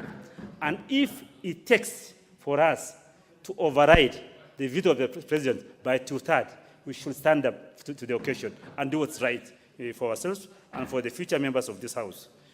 It's upon us to defend the dignity of this House now and in the future. Madam Speaker, the issue of medical scheme, Honorable Speaker, the issue of the medical scheme for former members of Parliament, I think is something genuine, and we should look into ways that we are going to do it in a very modest way, not make it too expensive, but I think it's a right, and this scheme should enable the former members of parliament to be able to access adequate medical care in their sunset years. Madam Speaker, also the clause whereby our spouses, widow or widower, are going to be supported in future, I think it's a good clause. It's really important that they get that benefit because even in other sectors, in the public service, even in the corporate world, they are entitled to those benefits when one of the spouses passes on. Madam Speaker, as I wind up, I really want to support the members of the... Honorable Chachu, be careful. Mr. Speaker, Mr. Speaker, Madam Speaker. Mr. Speaker, I'm well guided. Mr. Speaker, as I wind up, I really want the committee members to take a keen look at this bill and ensure that all the necessary amendments are done and we do what's right for this House, for now and for posterity. I support. What is your point of order, Honorable Kwenya Duku? And you are seated in a pretty unusual place. Yes, you know, from the date of 8th of March 2018, when the handshake came, we now mingle freely. We sit anywhere and we are happy. Mr. Speaker, I rise on a point of order number 95. Reading the mood of the House, we still have a lot of business to transact. And you know, we are only sitting once a week. I request that, Mr. Speaker, that you, the mover be called upon to reply. Honorable Kwenya, the truth of the matter, you cannot read the mood. It is only the Speaker who can read the mood. And the Speaker, to read the mood, is guided by the members. Yeah. And because Honorable Kwenya has raised it, yes, I am obligated to actually confirm the mood of the House, that actually the mover of this particular item be called upon to reply. So, honorable members, I'll put that question. Order, honorable, is that Honorable Shinari? Yes. Honorable members, I'll put the question that the mover be called upon to reply. Will as many as are of that opinion say aye? Aye. Will as many as are of the contrary opinion say nay? Nay. Clearly the nays have it. Shall we have Honorable Oudo Ojiabo?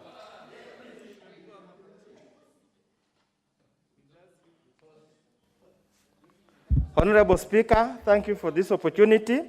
We are a house of debate and we must be allowed to debate the bills before us without any intentions of shortcutting, any shortchanging or shortcutting anybody.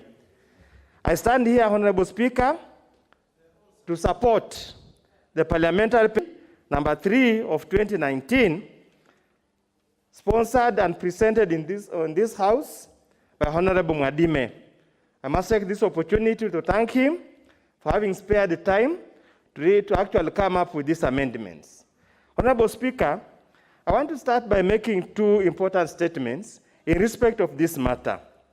Honorable Speaker, first of all, Article 41 of the Constitution of Kenya requires that each member, each person, should be accorded fair labor practices.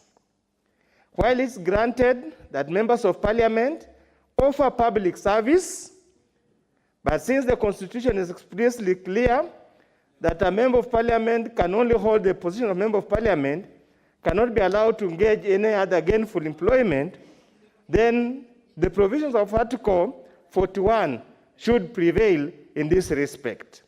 Honorable Speaker, eventually, after working, you will have to retire. You will have to stop working at one time or another, either by retirement or by being dismissed as a worker or by ultimate or untimely death where you leave spouses or those people you supported. So this is the genesis of this particular amendment. Honorable Speaker, those who have spoken before me have made strenuous efforts to draw a distinction between defined benefits scheme and defined contribution scheme. And I think one of my colleagues has raised a question that in passing this bill, will be conferring direct benefits to us, contrary to the provisions of the law or not. Technically speaking, here we have a scheme that more or less marries the two. They add contributions that are clearly defined in terms of percentage, but most importantly, there are benefits clearly defined in the Act. So I would request the committee to really look at it very clearly and decide or probably come up with a terminology that prevents or safeguards the interests of this House and the purpose of this bill. Honorable Speaker, again, the issue of gratuity and pension. The line must be drawn very clear. While the Act seems to provide for a choice or a decision to be made by an individual, but where I stand and from what I understand, gratuity and pension are two separate issues. They should not be confused. Typically, if you work, your employer on Christmas Day can decide to give you a gift. That gift should not be deducted to any benefits that you will get for having served this your employer. We want the public, the government of Kenya, Parliamentary Service Commission to treat us the same way. So obviously then, we need to be very clear that these decisions to elect to either to go for gratuity or pension is going to cause a lot of confusion and might actually deny members of this House benefits that are due to them. The third issue that seems to be the issue here is what happens to first-timers, those who don't make it.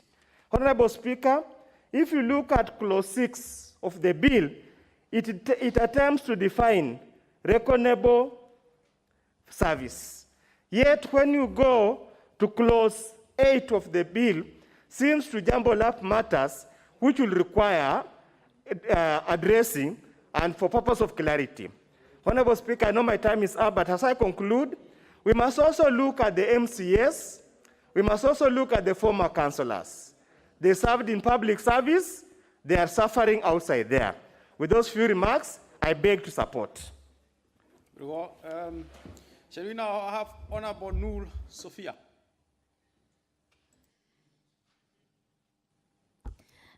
Thank you, Mr. Speaker, for giving me this chance to add my voice to this very, very important bill. From onset, I want to support the bill, and I want to say that what we are doing is a common practice in the Commonwealth countries, Mr. Speaker. And I've interacted with many Commonwealth parliamentarians and listened to them, and I shared some of our experience as a country, what our former members of parliament are going through. And the information they shared with me was that what we were doing what our country was doing to former members of parliament was not just, and it was not giving a good image as a country, Mr. Speaker. We know what our former parliamentarians are going through.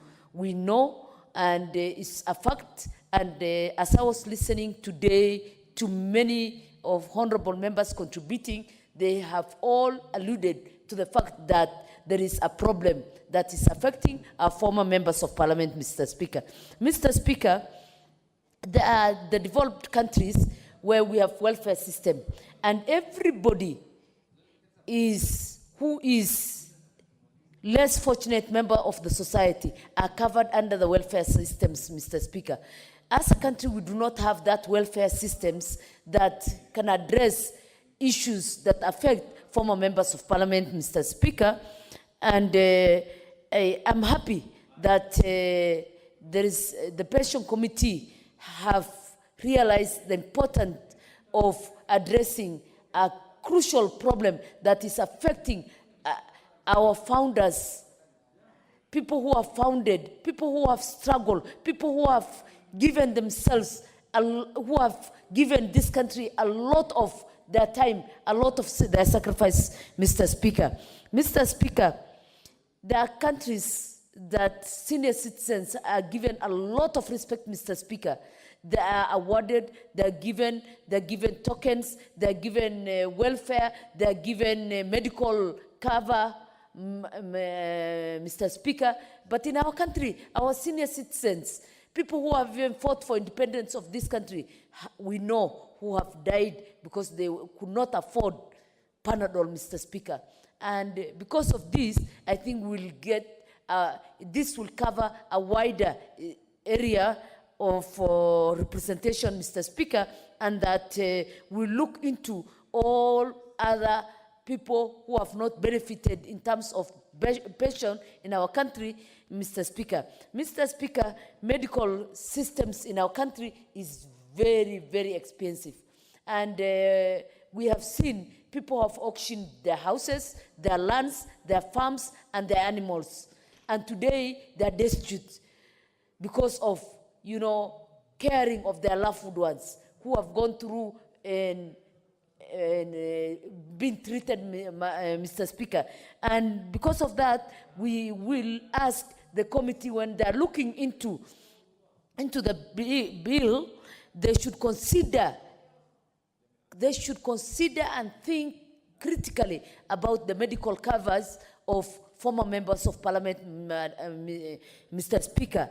Mr. Speaker, one other important thing that this bill is treating, which I feel it is important, is that issues of addressing, and that when the bill is looking at, when the law was looking at the National Assembly, this bill is coming to treat Parliament. And when we say Parliament, now we will cover our colleagues in the Senate. And that gives, you know, legality whereby you do not leave a whole group of Kenyans who are serving and who are doing. And of late, for the last 2 weeks, they have been doing great to this country in trying to discuss the revenue allocation and the formula, Mr. Speaker. So we need to really, when we are doing our legislation should be a broad-based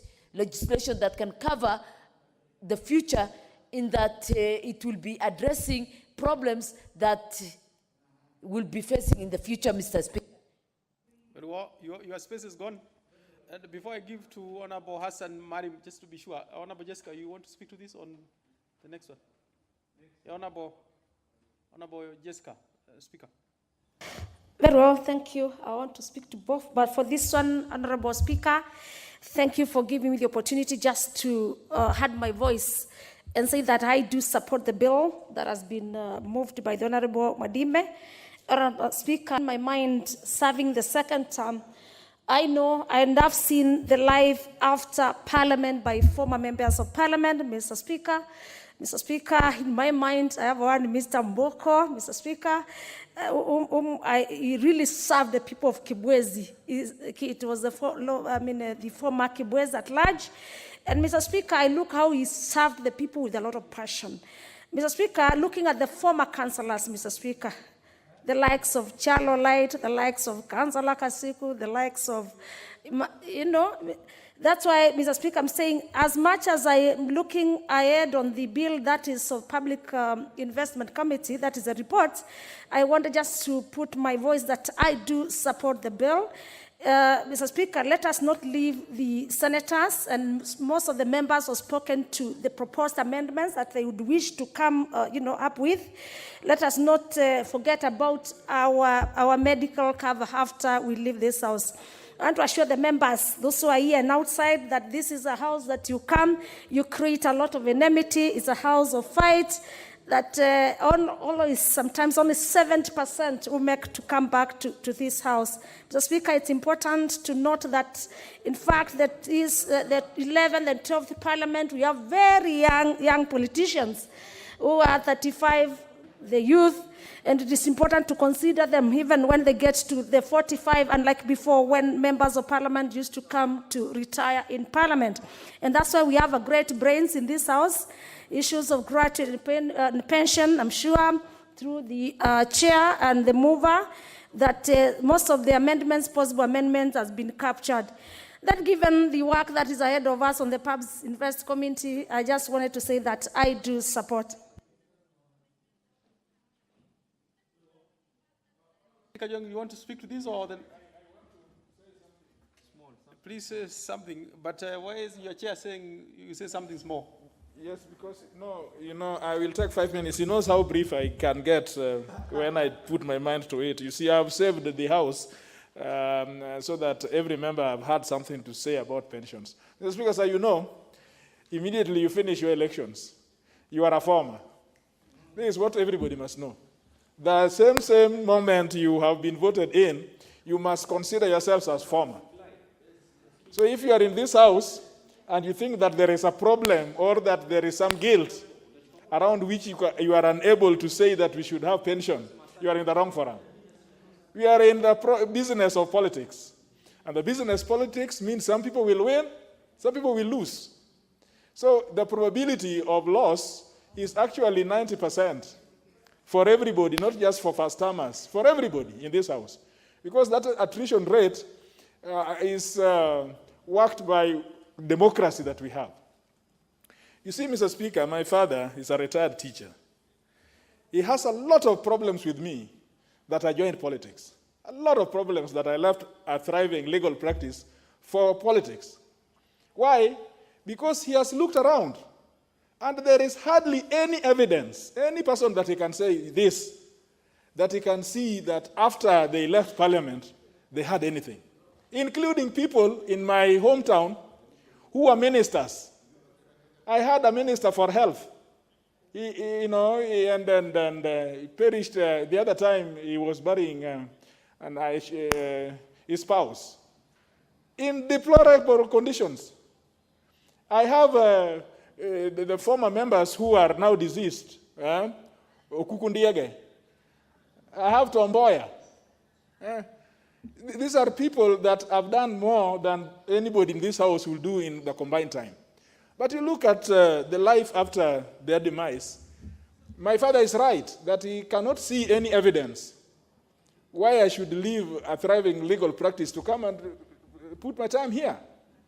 So if I have the opportunity and I have the floor and I have the power to make the law, I will make that law so that people who come after me will know that practice of politics is something which is you are giving to the society, but also you are not getting poor. The only thing, Mr. Speaker, sir, which I have found confounding in this discussion, why should people mix gratuity and pension? Those are different things. I'm waiting to hear from Wadime, as well as I've heard from other people. Because in law, at least from my background understanding in law, gratuity is a contractual term. It is out of contract. And pension is a social service. Those two things are different. If you have an employment, and then you say, at the end of this, you will get a gratuity of so many %, or that you will get this or that, that is your term of service. But pension, you get because it's a social benefit, because you have worked for the people. And the people must also not repay you, but take cognizance of the public service you have given. It is a social benefit. So these two things I heard the leader of majority say, that if you take gratuity, then you should consider foregoing. I don't see where that confusion is. In fact, it is that confusion that has faced the PSC. People who are first-timers in the other house, the other parliament, have been lining up here, looking for their gratuity. And I see no reason why they should not be paid. And then you see PSC saying that, we are waiting for a word from SRC. Why should they wait a word from SRC? This is gratuity. It is in the contract. It is known. Once I have served even one term, I get my gratuity, I go home. Even today, I'm entitled to. Except, of course, when I go to the next term. Then that gratuity is commuted because it will be compounded from total, it will be calculated for 2 terms rather than 1 term. My pension, I save for it, and the government also saves for me. I don't see why there should be this confusion. Mr. Speaker, sir, we must make it very clear that gratuity is a contract term which we are entitled to. Pension is a social benefit which I'm working towards, and the government also is giving me something in recognition of the public service. I thank you, Mr. Speaker, sir, and I support this bill. I had mentioned the Honorable Hassan Marim.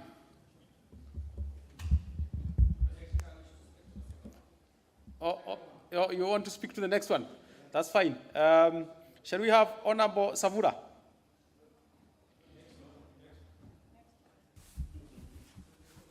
Thank you, Mr. Speaker.